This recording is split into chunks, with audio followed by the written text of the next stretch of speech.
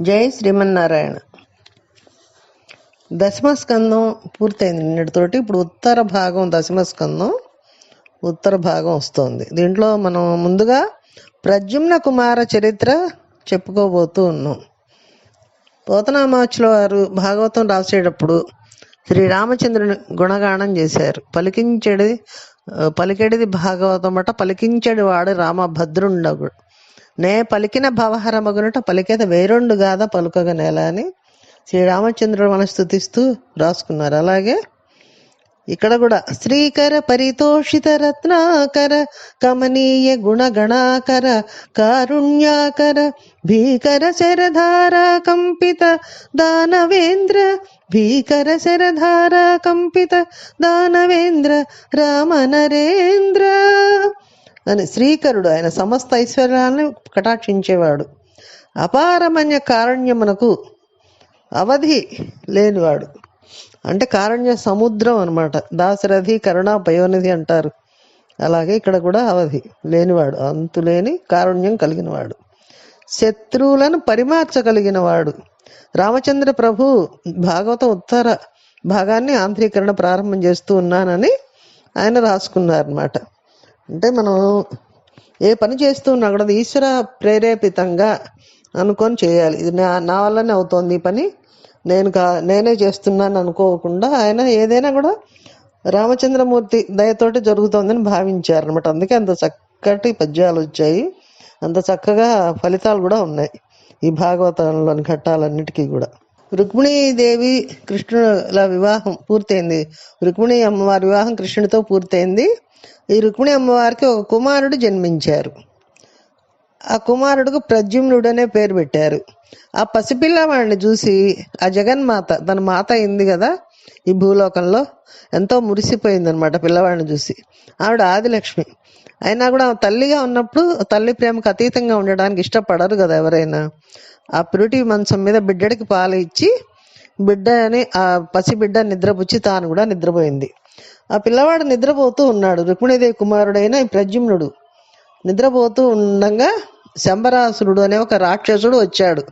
అంతఃపురంలోకి మారు వేషంలో వచ్చి ఆ పురిటి పొత్తిళ్లలో ఆ తల్లి పక్కన పడుకొని నిద్రపోతూ ఉన్న ఈ చిన్న పిల్లవాడు ప్రద్యుమ్నుడు అనేబడే ఈ చిన్న పిల్లవాడిని దొంగతనంగా ఎత్తుకొని వెళ్ళిపోయాడు. ఆ పిల్లవాడిని చంపడానికి ఒక మహాసముద్రంలో పడేశాడు. ఇది చూడండి, వాడు ఎందుకని ఆ పని చేశాడంటే శంబరాసురుడికి ఈ కృష్ణుడికి రుక్మిణికి పుట్టిన పిల్లవాడి వలన వాడికి మరణం ఉన్నది. ఆ సంగతి వాడికి తెలుసు. అందుకని ఈ రుక్మిణీదేవి ఎప్పుడైతే ఈ పిల్లవాడిని కన్నదో అందుకని తీసుకెళ్ళి ఆ పిల్లాడిని సముద్రంలో పడేశాడు. తనకి మృత్యువు లేదు అనుకుంటున్నాడు. ఈ రాక్షసులంతా ఇంతే కదా. కానీ దేవుడి లెక్క వేరే ఉంటుంది. అది వాళ్ళకి అది అర్థం కాదనమాట. అందుకని మా అంతటి వాళ్ళని మేము అనుకుంటూ ఉంటారు. ఎందుకని శంబరాసురుడు ఇంత పని చేశాడు? ఈ ప్రద్యుమ్నుడి పూర్వ చరిత్ర ఏంటి చెప్పుకుందాం. తామర సాక్షు వంశమున దర్పకుడీశ్వరు కంటి మంటలందా మునుదగ్ధుడై పిదప తత్పరమేశుని దేహ లబ్ధికై వేమరు నిష్ట చేసి హరివీర్యమునం ప్రభవించే రుక్మిణీ కామిని గర్భమందసుర ఖండను మారట మూర్తియోనయనన్. ఒకప్పుడు ఇక్కడ మనకు పరమశివ వృత్తాంతం వస్తుంది మహాశివుల వారి గురించి. పార్వతీదేవి పరమేశ్వరుడికి ఇల్లాలు కావాలి, ఆయన భార్య కావాలని హిమవంతుడి కుమార్తెను పార్వతీదేవి తపస్సు చేస్తూ ఉన్నది కదా. లేకపోతే తారకాసుర సంహారం జరగదు. ఆ తల్లి తారకాసుర సంహారం కోసం ఈ పరమశివుడితో చేరాలి, ఆయన పెళ్లి చేసుకోవాలి, కుమారస్వామి జననం రావాలి కదా. పరమశివుడి కుమారుడు మాత్రమే తారకాసురుడు నిర్జించగలడు. ఎందుకంటే ఈ తారకాసురుడు బ్రహ్మ గురించి తపస్సు చేసి వరం అడిగితే మరణం లేకుండా రాదంటే ఆయన ఆలోచించి అప్పటికి పరమశివుడు సతీదేవిని ఆవిడ దేహత్యాగం చేస్తుంది. దక్ష ప్రజాపతి కుమార్తె దేహత్యాగం చేస్తుంది కదా. అందుకని ఆయనేమో సన్యాసిగా అయిపోయాడు పరమశివుడు. ఇక ఆయనకు పెళ్ళి ఏముండదు, ఇంకా పిల్లలు పుట్టే అవకాశం లేదు. అందుకని పరమశివుని కుమారుడు మాత్రమే నన్ను చంపగలగాలి తారకాసురుడు నేను వరం అడుగుతాడు అనమాట.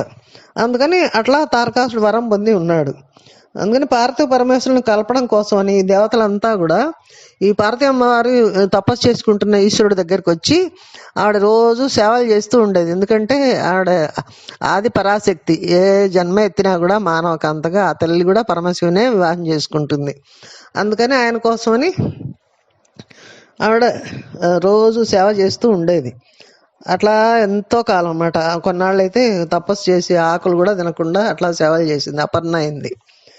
అయితే ఈ దేవతలంతా ఏం చేశారంటే ఈ తారకాసురుడు బాధపడలేక ఈ మన్మధుడిని ఆయన పంచబాణాలు ఉంటాయి ఆయనకి, ఆ పంచబాణాలతోటి కొడితే కనుక ఎవరైనా సరే వాళ్ళు మోహానికి గురవుతారు.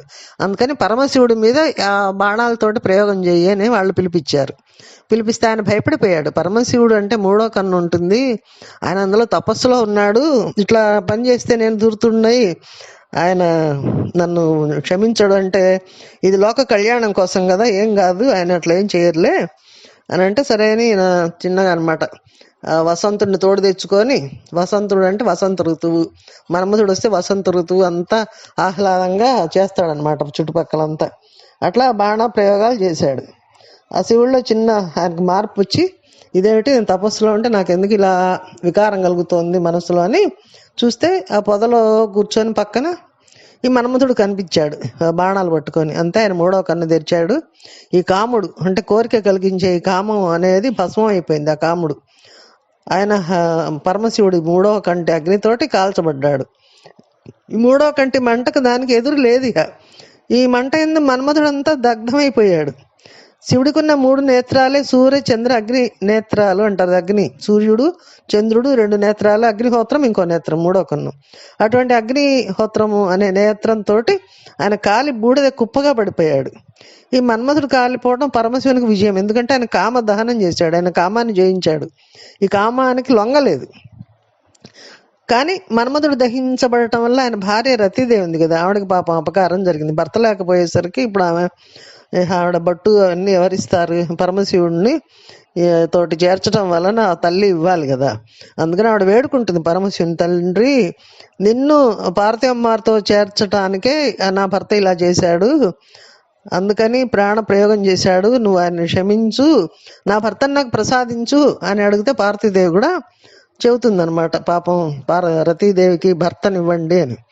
అప్పుడు ఏం చేస్తాడంటే కాలిపోయిన మన్మధుడిని మళ్ళీ ఇవ్వలేరు కదా, అందుకని బ్రతికించినా కూడా అవయవాలు లేవు అనమాట ఆయనకి. అంటే ఆయన బతికిస్తాడు మన్మధుడిని, పరమశివుడు బతికిచ్చాడు కానీ ఆయన అనంగుడు అయ్యాడు, అంటే రూపం లేనివాడయ్యాడు. రూపం లేకుండా రతీదేవికి మటుకు కనిపిస్తూ ఉంటాడు అనమాట, ఇంకెవరికి కనిపించాడు, తన పని తను చేస్తూ ఉంటాడు. అందుకని నీకు ఐదో తనానికి భంగం లేదు అని పార్వతీదేవి ఆవిడనమాట. నీ భర్త అన్నం కూడా అవుతాడు, శరీరం ఉండదు, నీకు కనిపిస్తాడు కానీ ఎవరికి కనపడడు, నీకు మాత్రమే కనిపిస్తాడు అని వరం ఇచ్చింది. కానీ రతీదేవికి పాపం తన భర్తని శరీరంతో చూడాలని ఒక కోరిక కలిగింది. అప్పుడు పరమశివుడు మన్మధునితో అన్నాడు, ఈసారి ద్వాపర యుగంలో శ్రీమన్నారాయణుడు శ్రీకృష్ణుడిగా అవతారం తీసుకుంటారు, నీవు ఆయనకు కుమారుడిగా జన్మిస్తావు అని. అప్పుడు రతీదేవి నిన్ను శరీరంతో చూస్తుందని ఆయన వరం ఇచ్చారనమాట.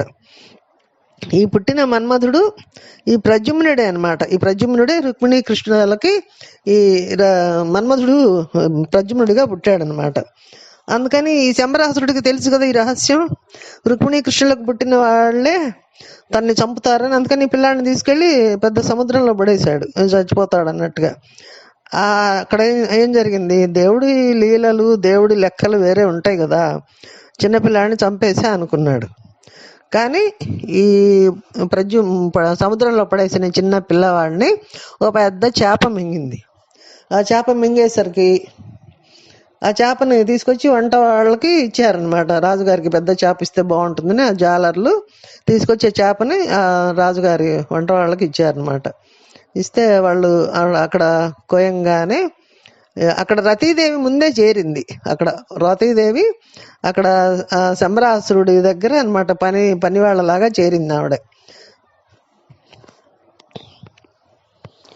ఈ జాలర్లు తీసుకొచ్చారు కదా, ఇది తీసుకొచ్చి పిల్లవాడిని శంబరాసురుడు కానుకగా ఇస్తారనమాట.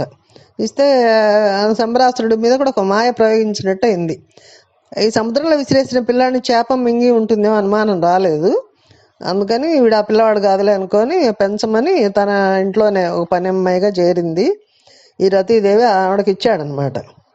ఆ పిల్లవాడు పుట్టంగానే శంబరాసుడు వధించే ప్రయత్నం చేస్తాడు కాబట్టి ఈ పిల్లవాడు ఇక్కడే పెరుగుతాడు ప్రద్యుమ్నుడు నా భర్త అని చెప్పేసి ఆవిడకి తెలుసు కాబట్టి ఆవిడ ఆ దేవుడి మీద నమ్మకం ధైర్యంతో ఈ శంబరాసురుడి వంటశాలలో ఉంది. ఆ శంబరాసుడి దగ్గరికి వెళ్ళి ఆమె ఏం చేసింది, ఆ పిల్లవాడిని తనకి ఏమని తను పెంచుకుంటానని అడిగింది. శంబరాసుడు తన శత్రు తను చంపేవాడు తన ఇంటికి వచ్చాడు, తెలుసుకోలేదు, దైవ లీల కదా మరి. ఆవిడకి ఇచ్చాడనమాట, ఆ పిల్లవాడిని ఆమెకి ఇచ్చేశాడు. శంకరుడు ఎవరికి వరం ఇచ్చాడో, ఎక్కడ ఆ పిల్లవాడు భద్రంగా పెరుగుతాడో అక్కడికి ఆ పిల్లవాడు చేరుకున్నాడు. ప్రపంచంలో ఎవరైనా తన భర్తను భర్తగా మాత్రమే చూడగలరు, కానీ భర్తను పసి పిల్లవాడిగా ఉన్నప్పటి నుంచి రతీదేవి సాకింది, పెంచి పెద్ద చేసింది. అంటే పాసలు పోస్తే ఎత్తేయటం, అది ఇంకా అన్నీ ఉంటాయి కదా, అన్నం తినిపించడం పసిపిల్లవాడి దగ్గర నుంచి అన్నీ. కానీ తన భర్తగానే భావిస్తూ పెంచుతోంది అనమాట. తన భర్త అట్లా పెరిగాడని తెలుసుగా ఆవిడకి, భర్తగానే భావిస్తూ పెంచుతోంది. ఆయన పెరిగాడు, పెద్దవాడయ్యాడు. ఎంత చక్కటి వాడంటే కృష్ణుడు రెండో కృష్ణుడు అన్నట్టు ఉండేవాడు ఆయన.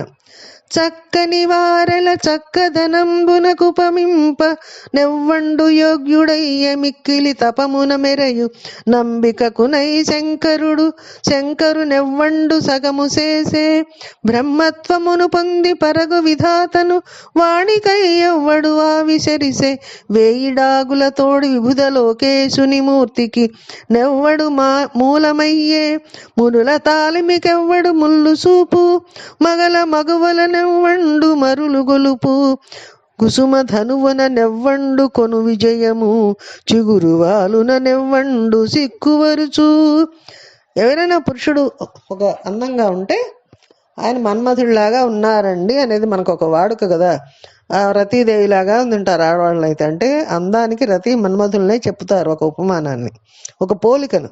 ఉపమానం అంటే ఒక పోలిక కాబట్టి అంత కంటి మంటతోటి కాల్ చేసిన ఈ మన్మధుడు పార్వతీ మాత అనుగ్రహంతో మళ్ళీ ఇక్కడ వచ్చాడనమాట శరీరం తీసుకొని.